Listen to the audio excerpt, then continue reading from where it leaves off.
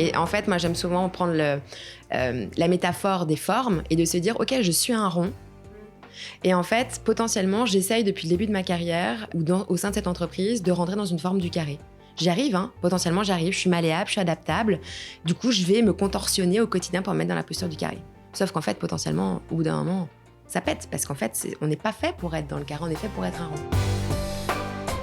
Attraction et rétention des talents. Engagement au travail. Productivité et efficacité des salariés. Bien-être des salariés. Le bien-être, c'est vague. De quoi parle-t-on? Émotionnel. Social. Physique. Financier, pardi. Bienvenue dans le podcast Les clés du bien-être de WTW, le podcast dédié à l'accompagnement santé, bien-être, prévention et équité. Dans un environnement professionnel où l'attraction et la rétention des talents sont les maîtres mots, construire et développer une politique bien-être semble incontournable. Que vous soyez DRH, manager, salarié, dirigeant d'entreprise ou encore partenaire social, nous avons conçu ce podcast pour vous offrir des perspectives inspirantes, des conseils pratiques et des histoires captivantes. Tout au long de cette série, notre experte sur le sujet chez WTW, Géraldine Guimarès, sera accompagnée d'invités exclusifs sur des thématiques précises du bien-être et de la qualité de vie au travail. Bonjour Chloé Dautrey, tu es coach professionnel et certifiée. Aujourd'hui, on va se parler de pas mal de choses, mais principalement des soft skills. Qu'est-ce que les soft skills? On va en reparler. Mais je vais te laisser te présenter, coach professionnel et certifié. En quoi? Alors, je vais faire une petite genèse du coup d'où je viens. Donc, en effet, je suis Chloé. Je suis issue d'un background commercial et donc j'ai évolué pendant à peu près 10 ans dans des entreprises allant de la multinationale à la start-up. Et puis, j'ai eu, on va dire, l'envie de trouver une activité qui me procurait plus d'énergie qu'elle ne m'en coûtait. Et assez naturellement, je me suis tournée vers l'accompagnement. Et donc, je me suis formée, en effet, au coaching. Donc aujourd'hui, je suis coach professionnel certifié. Je suis aussi formée à la PNL et au Human Design. Et j'ai toujours eu une conviction profonde qui est que la connaissance de soi, aujourd'hui, elle est clé pour créer un monde meilleur. Je m'explique. Quand on se connaît davantage soi-même, on est plus à même de comprendre notre fonctionnement et donc de capitaliser dessus. Et quand on arrive à développer ces compétences, alors on devient beaucoup plus agile, on est beaucoup plus facilement engagé, on a beaucoup plus un sentiment d'accomplissement. Bref, on est finalement, de manière générale, plus heureux. Okay. Et donc, c'est sur cette conviction que j'ai fondé mon entreprise qui s'appelle Be You, au sein de laquelle j'ai créé un bilan de compétences revisité et où je fais aussi des ateliers. Et donc, mon objectif, c'est finalement de mettre en musique ma mission, qui est d'accompagner l'humain à se connecter et à révéler son plein potentiel pour pouvoir, du coup, créer un projet professionnel, un environnement professionnel qui sera le plus aligné et le plus épanouissant possible. Donc, pour ceux qui nous écoutent, vous aurez bien compris le lien et donc l'utilité aujourd'hui de la présence de Chloé. Alors, ça fait, peut-être avant de commencer, j'allais rentrer dans le vif du sujet, mais on a toujours une petite question avant de commencer notre podcast, avant notre épisode. Sur ce sujet-là, ma question est la suivante. Quel est le pourcentage de salariés en situation d'épuisement professionnel qui nous indique avoir un employeur qui veille à leur bien-être mental? Et puis, on a un deuxième rituel, c'est que je fais une petite introduction qui est lue. Donc, on se dit à tout de suite. Pour se sentir bien dans son milieu professionnel, rester engagé, plusieurs facteurs clés entrent en jeu. L'environnement de travail, bien entendu, sain et motivant, et aussi des éléments tels que la santé et la sécurité au travail, le bien-être mental, relationnel, financier aussi. Mais pour le premier élément, est-ce que ça ne serait pas de se connaître? Comprendre sa nature, ses valeurs, et bien d'autres choses notamment pour savoir ce qui est bon pour nous, trouver sa bonne place, savoir ajuster et réajuster. Cela nous ramène aussi à un enjeu d'adéquation entre le profil du salarié et le poste, voire l'entreprise. Est-ce que ça ne serait pas aussi avoir un manager qui possède ce fameux savoir-faire pour être un facilitateur? Pour répondre donc à cette question posée en introduction, 22% des collaborateurs ayant répondu à notre enquête disent avoir un soutien de leur employeur. Seulement 22% des collaborateurs. C'est de tout cela qu'on va parler aujourd'hui et on l'a bien vu avec l'introduction que tu nous as faite, Chloé, qu'on est déjà dans le vif du sujet. Alors, pour commencer, que tu aurais une définition du bien-être? Je dirais que le bien-être, c'est un état global de satisfaction, d'équilibre, d'harmonie, et ça dans toutes les sphères de la vie. Donc physique, mentale, émotionnelle, sociale. Et pour moi, ça va plus loin, c'est-à-dire que quelquefois, on peut se dire « Ah, je suis bien, je suis dans un état de bien-être parce que j'ai pas de problème ». Non, pour moi, le bien-être, ça va bien au-delà, c'est-à-dire que c'est vraiment un sentiment profond et durable de sérénité, d'épanouissement et de calme de l'esprit. Voilà, je pense que c'est ça. Et si là, on fait le lien avec le travail et qu'on s'attache à définir c'est quoi le bien-être au travail, je dirais que c'est finalement le ressenti du salarié sur sa qualité de vie au travail. Et donc, on est vraiment sur une notion de ressenti. Et sur son épanouissement professionnel, finalement. Ouais, tout à fait. Tout à l'heure, juste parce que tu as quand même parlé de Human Design et PNL, si on peut prendre juste 2 secondes, parce que peut-être que les personnes qui nous écoutent ne savent pas ce que ça veut dire. Tout à fait. La PNL, c'est la programmation neurolinguistique.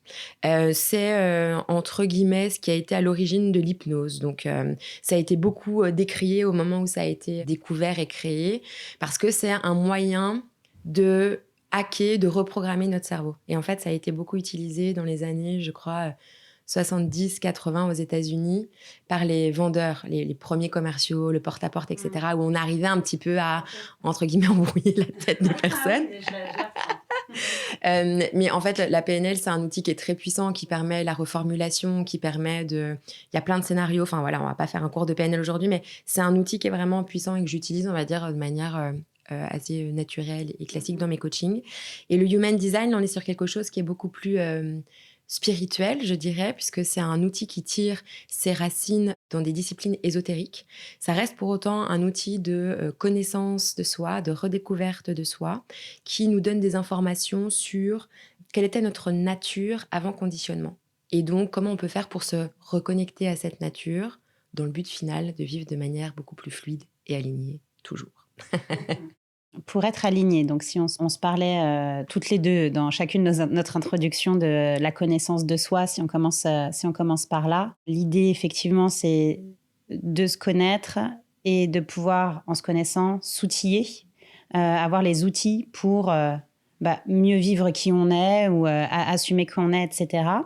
Et donc apparaît là ce qu'on appelle les soft skills, les compétences douces, compétences comportementales. Est-ce qu'on peut avoir ta définition ? Pour pouvoir parler des soft skills, moi, j'aime bien commencer par parler des hard skills. Et donc, du coup, les hard skills, qu'est-ce que c'est ? C'est ce qu'on appelle le savoir-faire. Donc, c'est vraiment des compétences qui sont dites techniques. Donc, pour donner des exemples, on va avoir la maîtrise d'un outil CRM, la maîtrise d'un outil bureautique. Si on part sur autre chose, ça peut être, par exemple, la prospection commerciale. Je suis un expert sur comment mettre en place une prospection commerciale. Donc, ça, c'est les hard skills. Et donc, on est sur du savoir-faire technique. Et de l'autre côté, on a en effet les soft skills qui, elles, sont du savoir-être. C'est vraiment des compétences qui sont humaines, comportementales, relationnelles et qui ont pour objectif de nous aider à mieux interagir, de manière plus efficace avec les autres et aussi de faire face et de nous adapter aux situations. Donc là, on est dans quelque chose qui est vraiment fondamentalement humain et pour moi, c'est vraiment de l'ordre de la personnalité quand on est là-dedans. Pour les lister, on pourra en faire une. Alors, la liste exhaustive est gigantesque, mais pour pouvoir donner un petit peu de contexte, on va avoir l'intelligence émotionnelle, l'agilité, la flexibilité, la créativité, la curiosité, la capacité à gérer le stress, la capacité à communiquer, à écouter de manière active, tout à fait. Il va y avoir le leadership, l'esprit critique, etc., etc. Et donc, quand on fait cette liste-là, on se rend bien compte qu'on est ici sur des compétences qui sont des compétences comportementales, relationnelles, humaines, et qu'en fait, c'est vraiment notre personnalité. C'est notre ADN. C'est comment on s'exprime, comment on interagit avec le monde, comment on existe, finalement. Du coup, oui, alors comment on est effectivement, mais si on remet ça sur l'intérêt, en fait, d'avoir ces compétences, parce que tu disais, c'est attrait à ton caractère, mais... Ce qu'on sait maintenant, c'est qu'on peut aller travailler justement certaines de ces compétences qu'on n'a peut-être pas ou qu'on a, mais qui sont qu'il faut aller développer. Exactement. Donc l'intérêt dans le milieu professionnel, pour toi, le premier intérêt que tu y verrais ? Alors juste pour revenir là-dessus, je suis tout à fait d'accord avec toi. C'est-à-dire que les soft skills, en effet, ça reste des compétences. Et donc comme toute compétence, elles peuvent être développées. C'est juste que les soft skills, elles peuvent pas être apprises dans un livre. Et ça, c'est vraiment le gros distinguo à faire avec les hard skills, justement. Ouais, je veux dire, en fait, tu peux les apprendre dans un livre, mais après, il faut les pratiquer. Exactement. C'est-à-dire que c'est vraiment, en fait, elles s'enrichissent, elles s'affinent, elles se développent avec le temps, avec les interactions, avec les expériences et avec le degré de connaissance qu'on a de nous-mêmes, très clairement. Et en plus de ça, elles sont intangibles. Donc, c'est pas mesurable, c'est de l'ordre du ressenti. Elles sont uniques, c'est-à-dire que toi et moi, on peut toutes les deux, par exemple, avoir comme soft skills la créativité, mais elle va s'exprimer de manière totalement différente. Toi, peut-être que tu vas partir de l'existant pour créer les choses, là où moi, je vais aller chercher des idées qui vont être complètement out of the box pour venir créer quelque chose. Et elles sont aussi évolutives. Par exemple, quelque chose qu'on va apprendre dans les livres, on pourrait se dire, OK, ben maintenant que j'ai appris, voilà, A plus A égale B, machin. Non, là, en fait, ça peut ne jamais s'arrêter. Donc, ça doit en effet se pratiquer, se développer. Il faut qu'il y ait une intention. C'est pas quelque chose où, ça y est, je l'ai apprise, elle est acquise. Il faut vraiment venir la pratiquer, la pratiquer, la pratiquer. Alors, avant de rentrer justement dans ce détail de la pratiquer, comment on la pratique, soit pour soi, et puis, parce qu'on l'a quand même, peut-être que ceux qui nous écoutent penseraient aussi à, on a peut-être un manager qui manque de telle ou telle compétence sur ce sujet-là. Juste pour poser ça là avant qu'on rentre dans le détail, c'est pas que les soft skills, bien entendu, qui font tout le bien-être et qui font en entreprise. Est-ce que tu as d'autres choses en quelques mots qui, pour toi, sont nécessaires à un engagement dans le milieu professionnel? Ah oui, clairement. Les soft skills, on pourra encore en parler bien longtemps et elles sont fondamentales, mais clairement, c'est pas la seule chose. Et d'ailleurs, mettre le focus uniquement là-dessus, c'est un petit peu noyer le poisson et voilà. On en parle, on va pas développer, mais en tout cas, quand même, de se lancer quelques idées pour montrer que les soft skills, ça fait pas tout. Clairement, il va y avoir pour moi les conditions de travail. C'est-à-dire, ça va aller de l'ergonomie de notre poste, ok, quelque chose de très basique, mais ça va être aussi, ok, quelle est ma charge de travail? Comment est géré le stress et la pression au sein de mon entreprise? Comment est-ce que l'équilibre vie pro, vie perso est favorisé ou pas? L'esprit d'équipe, etc. Donc ça, c'est les conditions, je dirais, de travail. Puis après, pour moi, il y a vraiment des choses qui sont très importantes et où, en effet, là, ça en incombe très souvent au manager ou en tout cas à la direction de l'entreprise, c'est quelle est l'autonomie qui est laissée à l'employé? Est-ce qu'il a l'autonomie, l'espace pour prendre des décisions, pour prendre des initiatives? Derrière, il y a la reconnaissance. Est-ce qu'il est reconnu? Est-ce qu'il est valorisé pour les initiatives qu'il prend ou pour ce qu'il fait au quotidien? Ensuite, il y a le sens. Et par sens, en ce moment, je vois beaucoup d'articles où c'est décrié, oui, le sens au travail, ça y est, c'est devenu has-been, etc. Moi, le sens, je ne parle pas forcément d'un sens spirituel, mais d'un sens dans le sens contribution. Ce que je fais au quotidien, en tant que salarié, en quoi ça contribue à la stratégie, à l'objectif de mon équipe, de mon entreprise, etc. Et donc, pour pouvoir aussi donner ça, je dirais que le dernier élément, c'est la transparence. Donc pour moi, autonomie, reconnaissance, sens, transparence, ça, une fois que c'est là, c'est un terreau fertile pour que derrière, les soft skills puissent venir être plantés et, on va dire, avoir leurs fruits. Et d'autant plus que chacun a un rapport différent à tous ces éléments-là.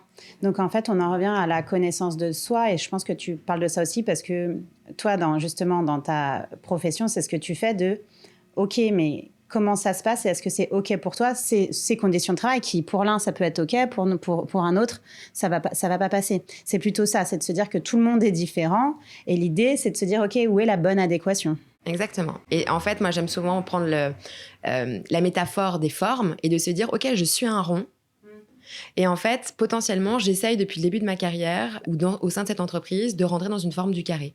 J'arrive, potentiellement j'arrive, je suis malléable, je suis adaptable.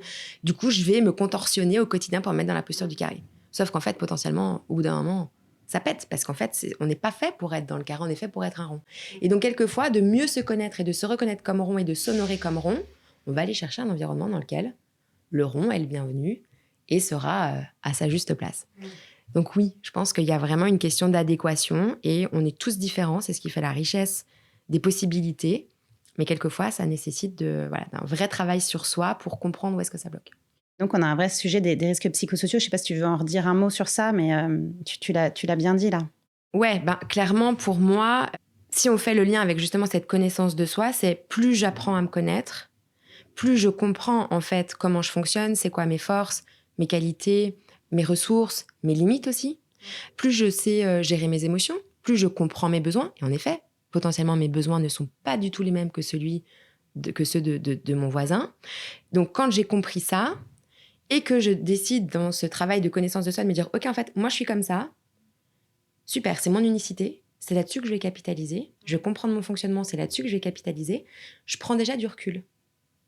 Je prends du recul et donc forcément, je me mets dans une posture d'ouverture parce que si moi, j'accepte le fait que je suis unique tel que je suis et que j'ai mon mode de fonctionnement et qu'il est OK, bon bah, de manière assez logique, j'accepte que la personne qui est à côté de moi a sa propre unicité, son propre mode de fonctionnement qui est potentiellement différent du mien.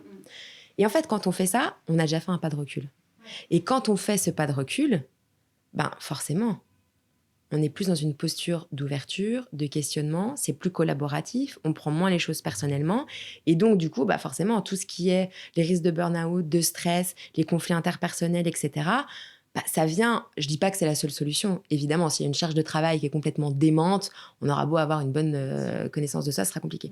Mais en tout cas, en effet, plus tu travailles ça, plus tu viens prévenir les risques, parce qu'en fait, tu comprends, ok, pourquoi est-ce que ça bloque ? Pourquoi moi, là, à ce moment, je suis stressée alors que la personne à côté de moi, elle l'est pas ? Ah, moi, j'ai ce besoin-là. Et plutôt que de le mettre sous le tapis et de se dire, ah non, mais moi, je suis nulle et je vais, encore une fois, mon rond n'est pas bon, je vais me mettre dans le carré.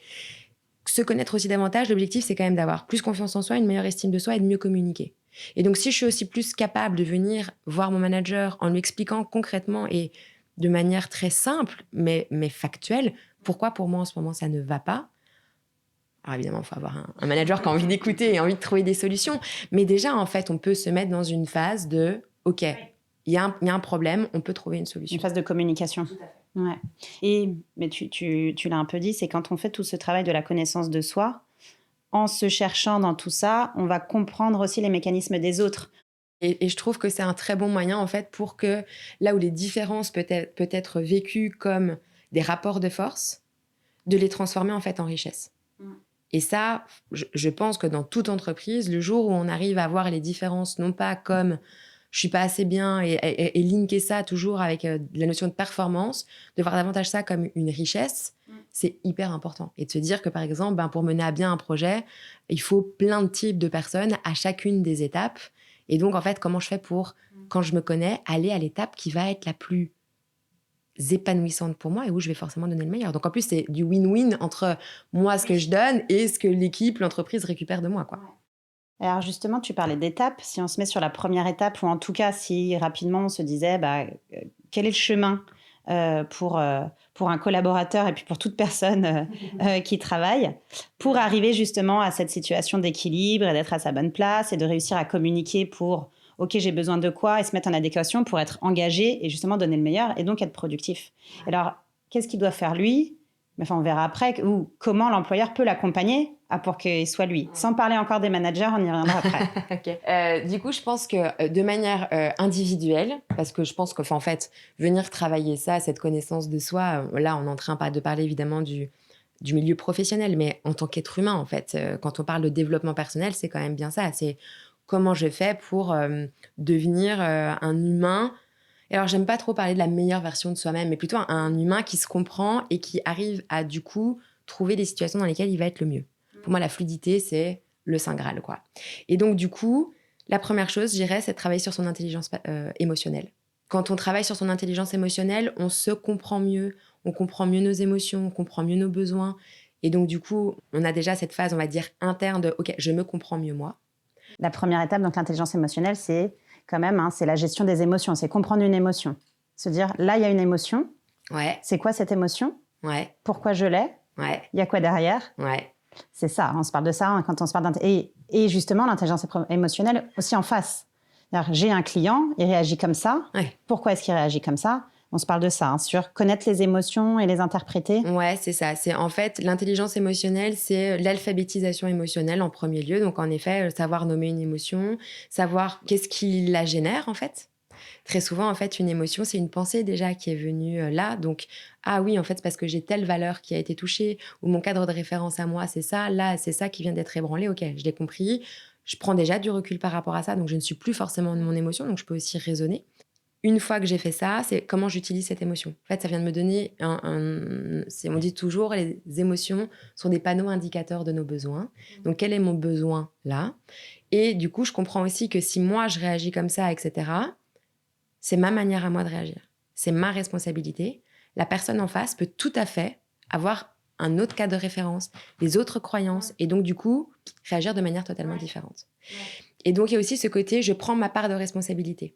Pour toi, ce serait un peu la première étape à travailler chez quelqu'un. Clairement, je dirais que c'est ça. La gestion des émotions, la connaissance des émotions. Ouais. Et donc, en fait, une compréhension de soi. La seconde, je dirais que c'est la communication. Parce que c'est toujours pareil. Ok, je me comprends mieux, c'est super, etc. Mais si derrière, je n'arrive pas à communiquer mes besoins, bon, bah, il y a une partie du chemin qui est fait, mais on reste un petit peu sur la cale, quoi. Donc, pour moi, il y a vraiment une notion de communication et de communication assertive. Comment je fais, en fait, pour communiquer d'une manière où je respecte mes besoins, mais je respecte l'autre. Donc, je sais pas si tu veux que je dise un petit peu c'est quoi assertif. Oui, c'est ce que j'allais te dire de déployer. Ouais, ça peut intéresser les gens qui ne connaissent pas et pour qui c'est nouveau. En fait, c'est vraiment de se dire, c'est comme si on mettait un schéma où on a d'un côté la forme de ce que je dis, comment je dis les choses, et le fond de ce que je dis. Et quelquefois, on peut avoir ce qu'on appelle une communication un petit peu faible, où en fait, je me tais. C'est-à-dire que je dis amène un petit peu à tout, c'est-à-dire en fait, je privilégie la forme plutôt que le fond. Donc en fait, moi, ce que je pense, c'est ce dont j'ai besoin.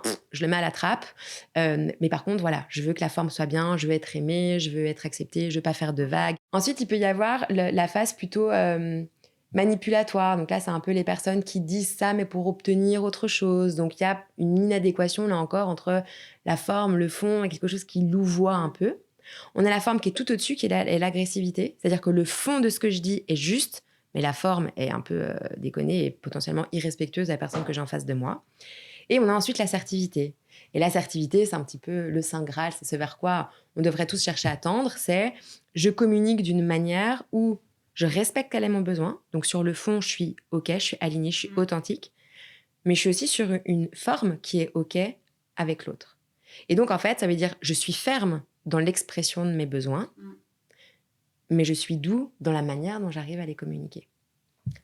Et ça, c'est franchement pas une mince affaire. Oui, et en milieu professionnel, on peut effectivement, que ce soit en interne ou avec l'externe, hein, bien entendu. Hein, c'est pas mais forcément, c'est clair, ouais. Donc, intelligence émotionnelle. Ouais. Deuxième chose à travailler une fois que La les communication. Deux. D'ailleurs, les deux, on peut travailler les deux en parallèle ou est-ce que... Ouais, on peut faire les deux en parallèle. Donc, intelligence émotionnelle, communication assertive. Ouais. Et en fait, je vais dire le troisième, mais ça devrait peut-être plutôt être le premier, mais parce que pour moi, c'est un peu les fondations. C'est de travailler sur son mindset. Son mindset, c'est son état d'esprit. Et donc, justement, venir en fait conscientiser mon cadre de référence, venir conscientiser le fait que chaque événement que je vis, j'ai un filtre avec lequel je le vois. Et donc, du coup, je l'interprète d'une manière. Et donc, encore une fois, quand on disait tout à l'heure, un collaborateur A peut très bien se dire « Ah, cette situation, elle est OK pour moi. » Le collaborateur B à côté, « Waouh, ça va pas du tout être OK. » Pourtant, il se passe la même chose. Donc là, on voit bien que les deux collaborateurs n'ont pas du tout la même paire de lunettes pour voir ce qui est en train de se passer. Et pour moi, venir travailler sur son mindset, c'est venir en fait conscientiser. Là, en fait, quand je vois les choses, j'ai une paire de lunettes. Donc, ça ne veut pas dire, OK, on travestit nos paires de lunettes, on oublie tous nos cadres de référence et on devient un béni oui-oui et que tout est OK. Non. Mais en revanche, ça veut dire que peut-être que je me rends compte que, moi, ça a été mon cas pendant très longtemps et c'est ce qui m'a amené au développement personnel. J'avais toujours la capacité à voir le verre à moitié vide. Bon, bah, quand on voit le verre à moitié vide, on teinte nos verres, quoi. Le jour où j'ai compris ça et où j'ai changé, j'ai eu un mindset qui est plus positif et du coup, forcément, c'est ce qu'on appelle le mindset de croissance. Un échec, bah, c'est plus un échec, c'est un apprentissage. Une critique, c'est plus une critique, c'est un feedback et une possibilité de grandir et d'évoluer. Donc ça, pour moi, c'est quelque chose qui est aussi très important. Donc je dirais que c'est vraiment les 3 piliers. Et connaître un peu, du coup, par rapport à ça, les biais cognitifs qu'on a, les principaux. Se dire, OK, en fait, de pouvoir prendre du recul et se rendre compte que, je sais pas, peut-être je suis dans un biais de confirmation et en fait, j'arriverai jamais à me remettre en question parce que je cherche toujours à chercher le mot et à interpréter ce qui va me faire dire que j'ai raison. Exactement. Ou le biais de négativité, comme je disais tout à l'heure, où tout ce qui se passe pour moi, c'est plus difficile, c'est plus compliqué, alors que pour la personne à côté, c'est plus simple. Et on pourrait après tirer les ficelles et comprendre pourquoi est-ce que j'ai ce biais, qu'est-ce qui s'est passé. Et là, du coup... Là, on rentre dans un travail thérapeutique très nécessaire, j'en suis convaincue, mais on peut aussi travailler ça de façon quelquefois légère. Et en fait, il y a des quick wins qui sont assez impressionnants en fait quand on travaille sur le mindset. On croit que ça va être quelque chose d'impressionnant, mais moi, je me rends compte que toutes les personnes que j'ai accompagnées, au début, le mindset, elles sont là, oui, bon, dans un bilan de compétences, je vois pas trop l'intérêt, etc. C'est du vu et du re-revu. Et quand je fais des points 6 mois après, très souvent, elles me disent, OK, c'est le truc que j'utilise encore chaque jour de la vie et qui m'a le plus aidée, en fait. C'est pour ça que je dis que c'est souvent les fondations. Et alors, ces fondations-là, soit on le fait par soi-même, soit l'employeur peut donner un petit coup de pouce avec des formations, des ateliers, même des webinars. On le voit de plus en plus, des demandes sur la gestion des émotions, sur la communication non violente. Enfin, c'est des choses qui arrivent de plus en plus. Et de plus en plus aussi, il y a les mots qui sont posés sur, effectivement, les managers en France ont plutôt coutume de passer manager pour ce fameux savoir-faire et qu'il y a un sujet sur le savoir-être. Alors, c'est pas du tout pour mettre la responsabilité sur les managers, encore une fois, c'est pas du tout le but, mais c'est de se dire, et l'employeur s'en rend de plus en plus compte, en tout cas, moi, dans les conversations que j'ai, c'est de plus en plus présent sur comment est-ce qu'on accompagne mieux les managers sur tous ces aspects-là, parce qu'il manque d'outils, il manque d'accompagnement là-dessus, et donc s'accompagnent moins bien pour eux, pour leur propre bien-être, et accompagnent moins bien leurs équipes. Et donc, Chloé, ma question est la suivante, c'est comment un manager peut être plutôt un facilitateur plutôt qu'un facteur aggravant? Je pense que tu as commencé à donner le début de la réponse. C'est-à-dire que pour moi, en fait, un manager, pour pouvoir déjà être facilitateur, il doit transcender, il doit dépasser le côté leader opérationnel. Peut-être que oui, en tant que manager, j'ai été mis à ce poste-là parce que opérationnellement, dans mon savoir-faire, je suis un expert. Sauf que le jour où je prends la tête d'une équipe, mon rôle, c'est plus d'être un expert. Mon rôle, c'est d'être un manager. Et du coup, si je veux devenir pilier, plutôt que facilitateur, je dirais même ça en fait. Pour moi, un manager, il doit devenir un pilier de la santé mentale de ses équipes. Pourquoi ? Parce que finalement, c'est lui qui est là et qui va venir être complètement acteur de leur bien-être, de leur motivation, de leur résilience, etc., etc. Donc, en effet... Beaucoup de responsabilités, là, tu leur mets beaucoup. Le manager, c'est le coach quoi, de son équipe. Donc, évidemment, c'est comme quand on regarde un match de foot. Bien sûr que oui, c'est chacun des joueurs qui va être sur le terrain et qui va faire ce qu'il sait faire. Et c'est là où on voit les experts. L'entraîneur, lui, il est là pour faire le plan de jeu, pour mettre les personnes au bon endroit, mais il faut aussi qu'il soit à l'écoute de ses équipes. Et donc, du coup, c'est quand même lui la personne référente. Donc, clairement, des responsabilités, j'aurais envie de dire que finalement, la responsabilité n'incombe même pas au manager, mais à la direction de l'entreprise pour quels vont être les moyens que je vais donner à la disposition de mes managers pour que justement, ils transcendent ce côté leader opérationnel pour devenir des leaders d'hommes, en fait. Alors, tu me fais ma petite transition, c'est bien. On s'est posé la question tout à l'heure en tant que collaborateur, quelles sont les étapes et les principales compétences à travailler. La même question pour le manager. Pour le manager, pour moi, je réfléchis davantage en pôle de compétences. C'est-à-dire que pour moi, il n'y a pas juste 2 compétences, il y a vraiment des pôles de compétences. Je dirais que le premier, c'est vraiment de savoir guider, ou en tout cas d'apprendre à guider les collaborateurs à atteindre leur plein potentiel. Et donc, du coup, pour ça, c'est de leur donner une vision claire, de favoriser les apprentissages, d'être dans une écoute active. Parce que si j'écoute pas activement mes collaborateurs, je sais pas en fait quel est leur potentiel et de quoi ils ont besoin, envie, etc. pour évoluer. Donc ça, je dirais que c'est le premier pôle. Le deuxième pôle, pour moi, c'est accompagner le développement des soft skills. On l'a vu, mais si je suis un collaborateur, un salarié, et donc du coup, ok, j'ai ce travail-là, je le fais, etc. Si derrière, ce n'est ni compris, ni encouragé, ni favorisé par mon manager, ça retombe un petit peu... La pratique ne pourra pas être présente. Exactement. En tout cas, le développement. Non, et donc du coup, pour moi, en fait, la première chose à faire, c'est de s'assurer que le manager, il a déjà lui-même ses soft skills. Donc que lui-même, il est déjà en capacité d'avoir un bon niveau d'intelligence émotionnelle, un bon niveau de résilience et un niveau de mindset positif, et qui va être capable de gérer les émotions et de communiquer de manière assertive. Et donc, on a bien compris, assertive, il y a quand même de la douceur dedans, quoi. Et donc, du coup, ça, pour moi, c'est quoi cette expression chasse gardée commence par soi-même ou quelque chose comme ça. Mais en tout cas, pour moi, le manager doit déjà être capable d'avoir ses soft skills avant de pouvoir en être un leader auprès de ses équipes. Donc ça, c'est le deuxième pôle. Et le troisième pôle, je dirais que c'est de favoriser la créativité. Tout à l'heure, j'ai parlé d'autonomie, de reconnaissance, mais pour moi, il y a ça aussi, c'est de se dire, OK, j'embauche des personnes qui sont pertinentes, intelligentes. Comment je fais en fait pour venir capitaliser là-dessus et leur permettre d'utiliser leur intelligence pour venir créer des nouvelles choses, pour pouvoir permettre des nouvelles choses. Et donc, du coup, ça, c'est aussi important, quoi. Je me demande par rapport à ça, est-ce que parfois le cadre alors je dis l'entreprise, mais où la collectivité permet justement la créativité, ce cadre, là peut-être que dans certains métiers, c'est des choses qui sont possibles, peut-être dans d'autres, je sais pas, je pense à la manutention ou autre, je veux dire, c'est peut-être pas adaptable, je sais pas, tu vois les choses peut-être d'un autre angle. Ça serait sacrément triste de se dire qu'aujourd'hui, il n'y a rien qui est améliorable, il n'y a rien qui est adaptable et qu'on ne peut pas venir en fait toujours faire pour que ce soit, encore une fois, plus fluide, que ce soit pour l'entreprise en termes de productivité, que ce soit pour les salariés en termes d'épanouissement, de qualité, etc. Et je suis persuadée que même un job de manutention, il peut être fait de différentes manières, que ce soit dans les plannings, que ce soit dans la manière dont les informations vont être passées d'une personne à l'autre. Enfin, je pense qu'il y a quand même... Aujourd'hui, on est sur un monde du travail qui est en permanente mutation. Et donc, du coup, c'est comment on fait pour qu'on soit davantage acteur ou partie prenante de la mutation plutôt que de la subir et de notre écrasé. Donc, clairement, il y a des secteurs d'activité, ou plutôt des métiers dans lesquels ça sera beaucoup plus facile. Et en même temps, je pense quand même qu'il y a toujours une petite part de créativité qu'on peut mettre en place dans chaque job. Et pour moi, le dernier pôle, juste pour en finir, donc il y a d'un côté guider, donc le premier pôle, c'était vraiment venir guider en fait les collaborateurs à atteindre leur plein potentiel. Le deuxième, c'est de favoriser, développer et d'avoir soi-même ses propres soft skills. Troisièmement, c'est permettre, ou en tout cas développer la créativité. Et le quatrième, je dirais que ça serait vraiment incarner un leadership porteur de sens. Être authentique dans la manière de le faire et de le faire en tant qu'un humain. Et pas juste un expert ou pas juste un représentant du cadre de l'entreprise, mais vraiment comme un être humain qui parle à d'autres êtres humains, quoi. Pour moi, c'est ça le côté porteur de sens aussi. Il me reste 2 questions. La première, une par rapport à ce qu'on vient de se dire, mais ça sera ma question de conclusion. Okay. J'allais dire est-ce que tu aurais un conseil ou 2 sur comment éviter les situations de non-retour, justement, quand ça... Quelle est la compétence primordiale qu'il y a au-dessus des autres, qu'il doit avoir au-dessus des autres? Je dirais l'écoute active.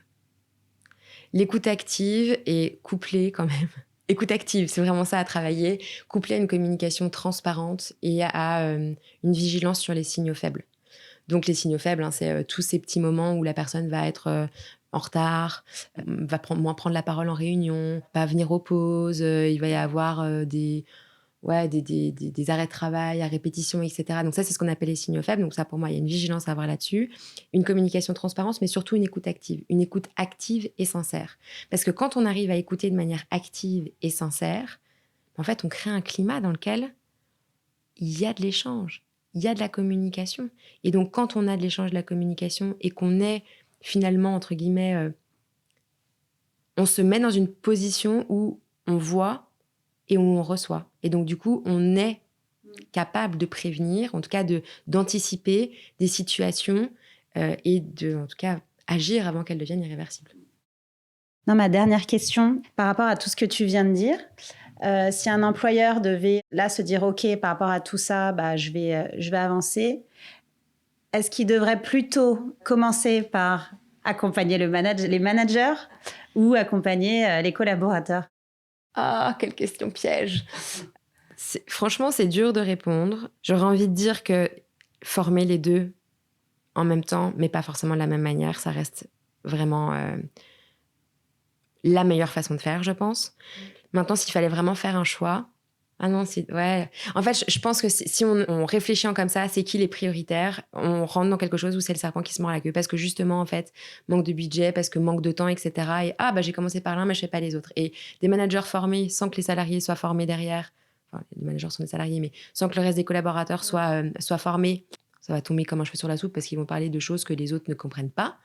Et inversement, on forme si jamais tous les collaborateurs étaient formés à ça, mais pas les managers, alors là, inadéquation, et ça finit aussi par... Je pense qu'en fait, former l'un sans former l'autre en même temps, c'est pas pérenne.